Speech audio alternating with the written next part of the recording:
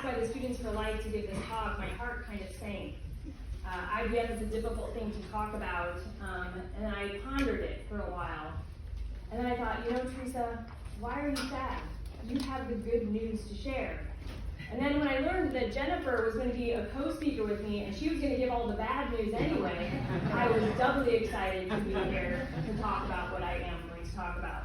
So again, I am Teresa Kenny. I'm from Omaha, Nebraska, and I have been a women's health nurse practitioner for 25 years. I'm also the co-host of the Hormone Genius podcast, and I passed out some of those cards too. I'm here to talk to you about the good news, really, we have here. And first of all, let me say this. I work with couples with infertility every week of my life, and I understand the pain that they go through. In fact, those couples are 1 in 6 at this point in the United States. 1 in 6 couples. Just imagine, there's about 6 people in each row on both these sides of the room. One of you will suffer the cross of infertility.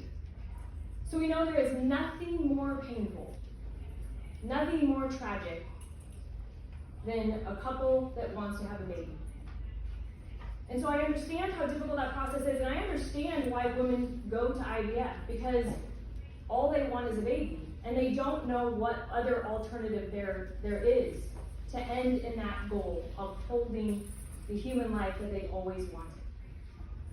It's amazing to think that the first IVF baby was born in 1978. That person to this day is younger than I am. Imagine that. The first baby born to IVF is younger than I am. I'm 49, and that amazes me. I mean, this technology, like Jennifer said, it's new. Sometimes they'll refer to it as the Wild West of medicine, the Wild West of medicine, because the regulations, the way it has come about, has been unregulated. It's been somewhat of an experiment along the way. So what I'm going to share with you is a different path, a path that I have taken for 25 years. And that's something called restorative reproductive medicine. Let's see, you've got my slides there, yes. And I was talking to my husband before I came, and I was getting my slides ready, and I was trying to kind of come up with a title, and I said something to him, and he's like, and then I said something different. He's like, no, go back to what you said. Ask me the question again. And the question is what if the path for couples with infertility is not what we think it is? Because oftentimes we think, oh my gosh, I just want them to have a baby so badly that we would think, whatever it takes, right? Whatever it takes to have a baby. But what if that path is not what most women think it is? What if it's not IVF? And so I'm going to introduce you to two kind of concepts. They're both the same in a sense, but in reality, like when you look them up, you can kind of go both directions and you'll end in the same place. Restorative reproductive medicine and naprotechnology. Now, when I was originally trained as a nurse practitioner, I was a nurse. I graduated from a small college in Iowa, and then I went on to the University of Nebraska Medical Center to learn about women's health. And I learned very quickly that basically in women's health, we use suppressive hormones to treat everything. We use the birth control pill to practically treat everything there is. And a lot of what I talk about on my podcast is helping women know that there's an alternative to that. But I also learned that we often kind of like want to jump over what the problem is and just kind of get to the end. And we'll do whatever it takes to kind of get there. And so that often with fertility is like, don't care about what's the underlying cause of their infertility. We just jump to kind of putting in a lab these two gametes and making a baby out of it, and not caring about what the consequences of that may be. But in restorative reproductive medicine and naprotechnology, what we're doing is we're going to the root cause. And we're doing it in a very scientific and a very medical way. This isn't supplements and homeopathy and anything like that. No, this is actual medicine. This has been actually researched and verified. And there's a place in Omaha, Nebraska, and I just happen to be born in Omaha, where a doctor named Dr. Thomas Hilgers, who developed the Creighton model system of natural family planning, decided that women deserved better. Women deserve better. And so through his work and actually helping women how to chart their cycles, as an OBGYN, he started to look at these charts and he started to see something. Every time he would have an infertile couple come in, he'd be like, wow, your chart looks like the lady that I just saw 15 minutes ago. And he would start to kind of pick up on clues about what was causing their particular issue. And so the charting became a diagnostic tool. You could say it's a window into a woman's body. And so the foundation of all restorative reproductive medicine and what we call natural procreative technology is a woman understanding her body. And guess what, guys? That is what I'm most passionate about. Because to be honest with you, when it comes to the life issues, what is more important than anything else is human beings who are grounded in their identity.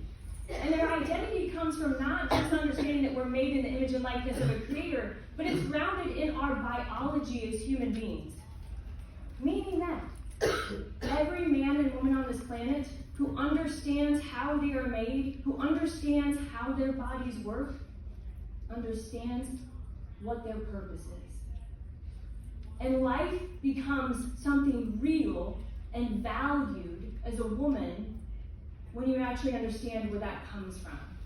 So as a woman learns to chart her cycles, she starts to be excited about who she is and what her purpose is. The purpose that was given to her to be able to create life.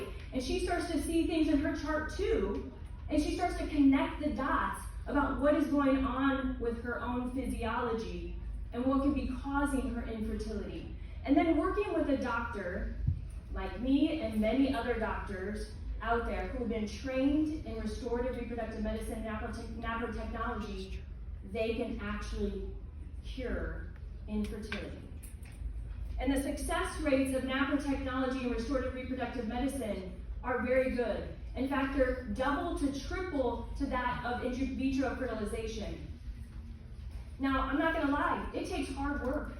And we've got a lot of work to do in the area of fertility in order to understand what causes infertility, what things cause miscarriage. But I'm telling you, there are doctors all over this country and all over the world who are doing that work today. And we will be successful in helping couples to achieve their dreams of having babies by using this technology. And it respects not only the woman, it respects the couple, it respects the child, not as a product, right? But as a gift, as a blessing, as that child should be brought into the world. So why is it important that restorative reproductive technology, it just makes sense, right? I loved that I was at a lunch with Dr. Ben Carson just a little bit ago, and he so eloquently and humbly said, he's like, I don't really consider myself a label. And he was referring to politics and kind of having a label kind of put to him. He's like, you know what, I just consider myself logical. And I often say that, as I'm speaking in my podcast, sometimes I'll call it my common sense cap. Sometimes if we just put on common sense and we have a conscience, then some of these things you're like, it just makes sense, right? So we know that with restorative reproductive medicine, premature delivery is less than it is with IVF. We know that the risk of multiples, like twins, triplets, and even more is less. We know that women deserve to understand the underlying cause of their fertility issue, and they will get that answer, they will get that diagnosis, and they will feel the peace of understanding what was causing that infertility to begin with. And we know that, again, that as it respects the dignity of the woman, the couple, the child, the cost of treatment is so much less. So much less. I mean, you guys have probably heard this before, but one IVF cycle is $15,000 to $20,000. $15,000 to $20,000. Most of the time not covered by insurance. And they will end up doing that multiple times in order to be successful. Can you imagine being in a situation of looking at mortgaging your house, or also not being privileged enough to even make that decision? It's not fair to women. But again, we have something that's better to offer them. And so with this type of technology, women can go through this treatment, and they're going to pay sometimes, hundreds of dollars in terms of the difference. Now, sometimes there are treatments like surgery that do cost more, but the way that we look at this and the way that we treat this is, I never actually use a diagnosis of infertility in my practice. I'm treating underlying root problems. And so never when I am billing for insurance, I don't use it in that diagnosis. It's not appropriate. That is a symptom. Infertility is a symptom of an underlying problem. And as a healthcare practitioner, it is my job to find out what that problem is and to correct it.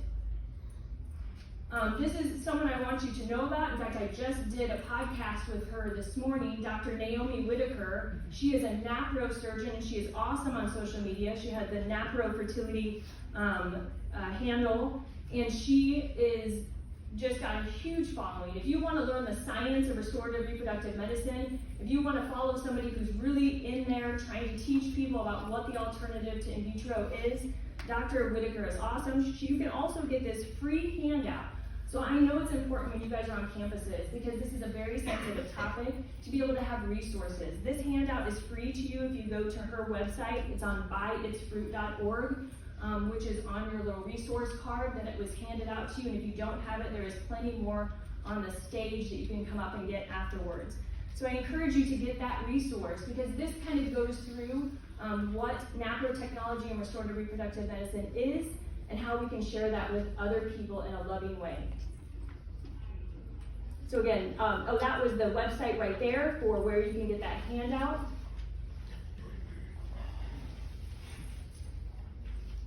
And again, this is the resources that I gave you on that card, so hopefully you got it, but again, please come up afterwards if you did not get this resource.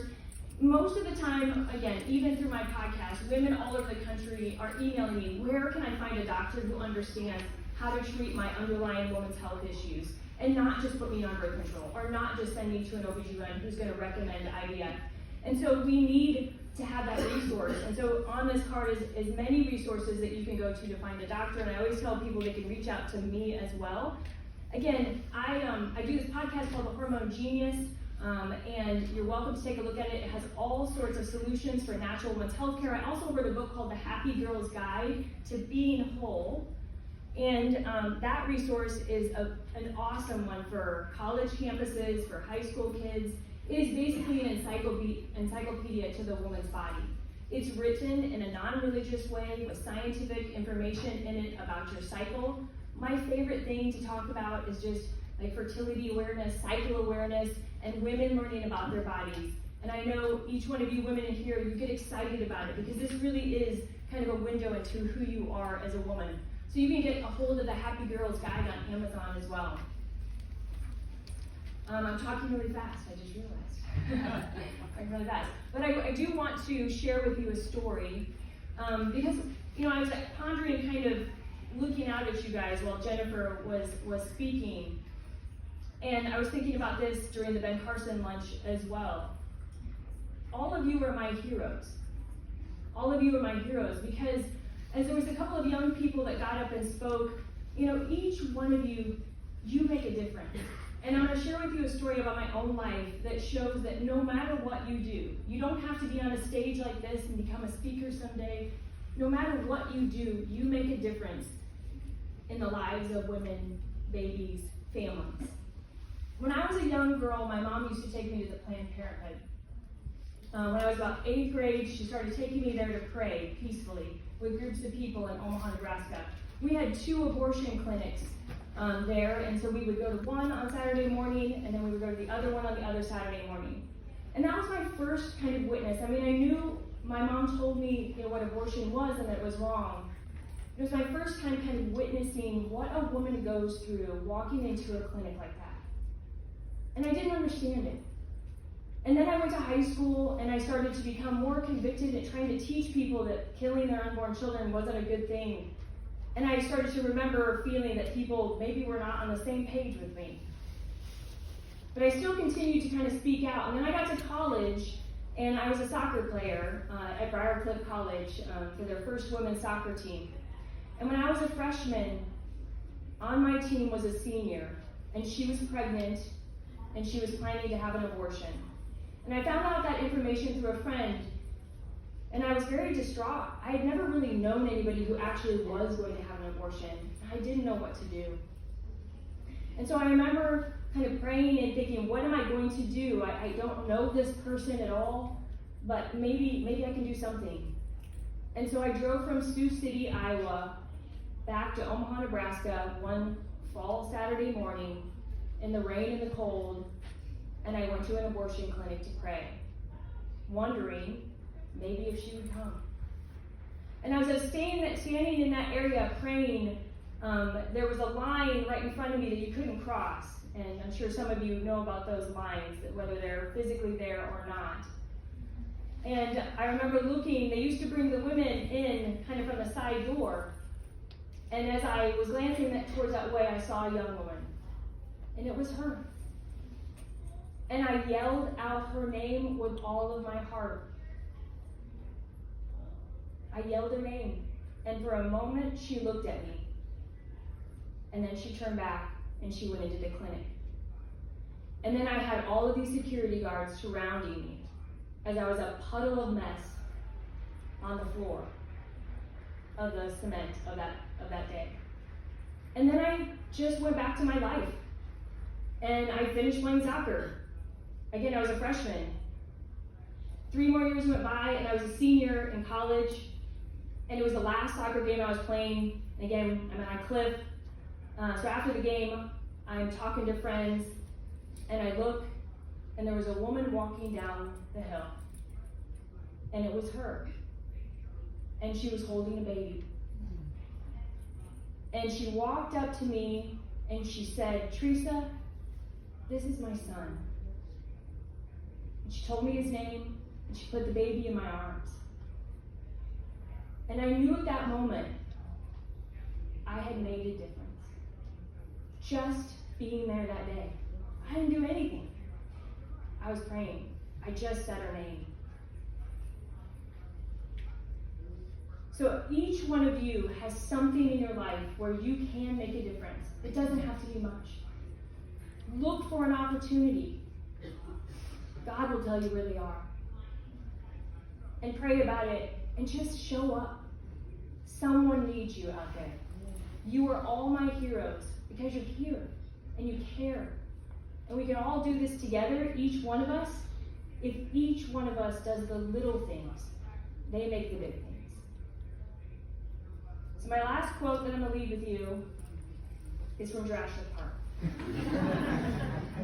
I just love this quote. And I was talking to a friend recently. We were just talking about my presence at this conference and how I was going to be speaking about IVF. And he was like, "Oh man, that's going to be hard." And I was like, "Yeah, I know." We were just talking about kind of like the whole thing. And then I said, he's like, "There's that quote." My husband says, "There's that quote they have in Jurassic Park." It says, "Yeah, but your scientists were so preoccupied with whether or not they could, they didn't stop to think if they should." Right. So sometimes even in Hollywood, there's sometimes a little bit of genius. Thank you, and I think we'll have time for questions if that's appropriate. Yes.